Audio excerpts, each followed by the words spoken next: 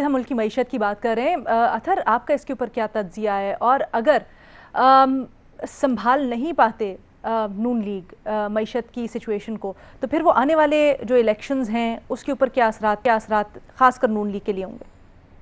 ٹھیک ہے، میں چھوٹا سا کامنٹ کرنا چاہوں گا 5 سیکنڈ کا۔ فواد چودھری صاحب سے 2 مختلف سوالات کیے گئے تھے، میرا سوال مختلف تھا اور ڈائریکٹ تھا، اس لیے انہوں نے 2 مختلف اس کے جوابات دیے۔ پہلی بات تو یہ۔ دوسری بات، جہاں تک معیشت کا تعلق ہے، دیکھیں ابھی یہ تو اچھا ہوگا نا کہ کم از کم بہت سارے لوگ یہ کہنا شروع ہو گئے کہ عالمی منڈیوں میں قیمت بڑھ رہی ہے۔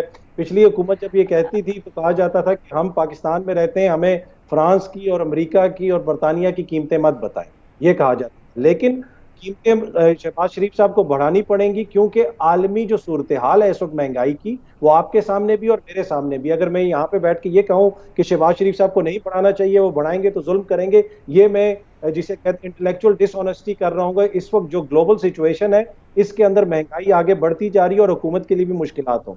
دوسری بات یہ ہے کہ اب یہ بھی ذکر ہوا کہ آئی ایم ایف جو ہے اس کو بھی دیکھنا ہے کہ آئی ایم ایف کہیں ناراض نہ ہو جائے، پر آئی ایم ایف کے آگے تو عمران خان نے سب کچھ بیچ دیا تھا نا، تو آئی ایم ایف سے تو چھٹکارا انہوں نے دلوانا تھا، یہ کہہ رہے تھے۔ تو ہماری امید یہ تھی کہ یہ آ کے کہیں گے کہ اب تو آئی ایم ایف کا نہ یا گورنر رہے گا، نہ آئی ایم ایف کا کوئی اور نمائندہ یہاں پہ رہے گا، اب پاکستان کے حق میں فیصلے ہوں گے۔ تیسری بات ہے معیشت کے جو چیلنجز ہیں، یہی وجہ ہے کہ ابھی تک آپ کو کابینہ بھی فائنل ہوتی ہوئی نظر نہیں آ رہی۔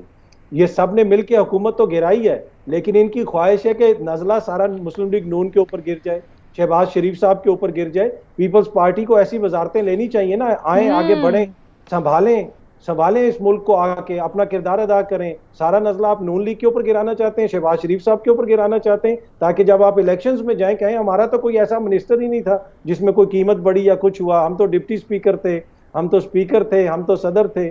تو مسئلہ یہ ہے کہ اگر آپ نے مل کے عمران خان کو گرایا ہے تو اب مل کے اس حکومت کو اٹھائیں نا، اور اس ملک کو اٹھائیں۔ اور تیسری جو اچھی پازیٹیو چیز ہے، وزیر اعظم ہاؤس میں صحافیوں کے کھانے وغیرہ شروع ہو گئے ہیں، تو وہ بھی ایک بہتری کی طرف چیزیں گامزن ہیں۔ تو مجھے امید ہے کہ یہ جو چیزیں ہیں بہتری کی طرف جائیں گے۔ اور جس طرح پہلے جو کچھ ہمارے دوست کہتے تھے کہ صحافت کا کام ہوتا ہے حکومتوں کے اوپر تنقید کرنا، اتنا تو 3 سال میں کوئی عمران خان کا دفاع نہیں کر سکا جتنا 3 دنوں میں ہمارے کچھ صحافی دوستوں نے اس حکومت کا دفاع کیا ہے، جس کی کابینہ کا بھی پتہ نہیں چل رہا ہے کہ کابینہ کون سی ہوگی۔ اطہر آپ بھی تو صحافی ہیں، آپ کو نہیں انویٹیشن آیا وزیر اعظم ہاؤس سے؟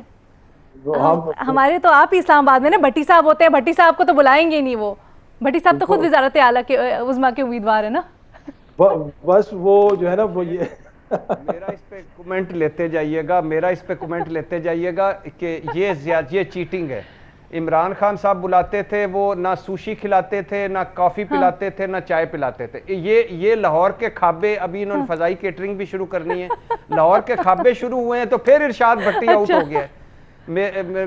وزیر اعظم صاحب، شہباز شریف صاحب بھاگ لگے رہے، ساڈے وال بھی خیال کرو، اور اپنے فیوریٹ نام بلاؤ، سانو بھی بلا لو، اور سانو بلانا نہ کوئی خبر نہ دینا، صرف کھانا کھلا دیں۔ بزدار صاحب سے متعلق ریپیٹ پہ لگا کے دیکھیں۔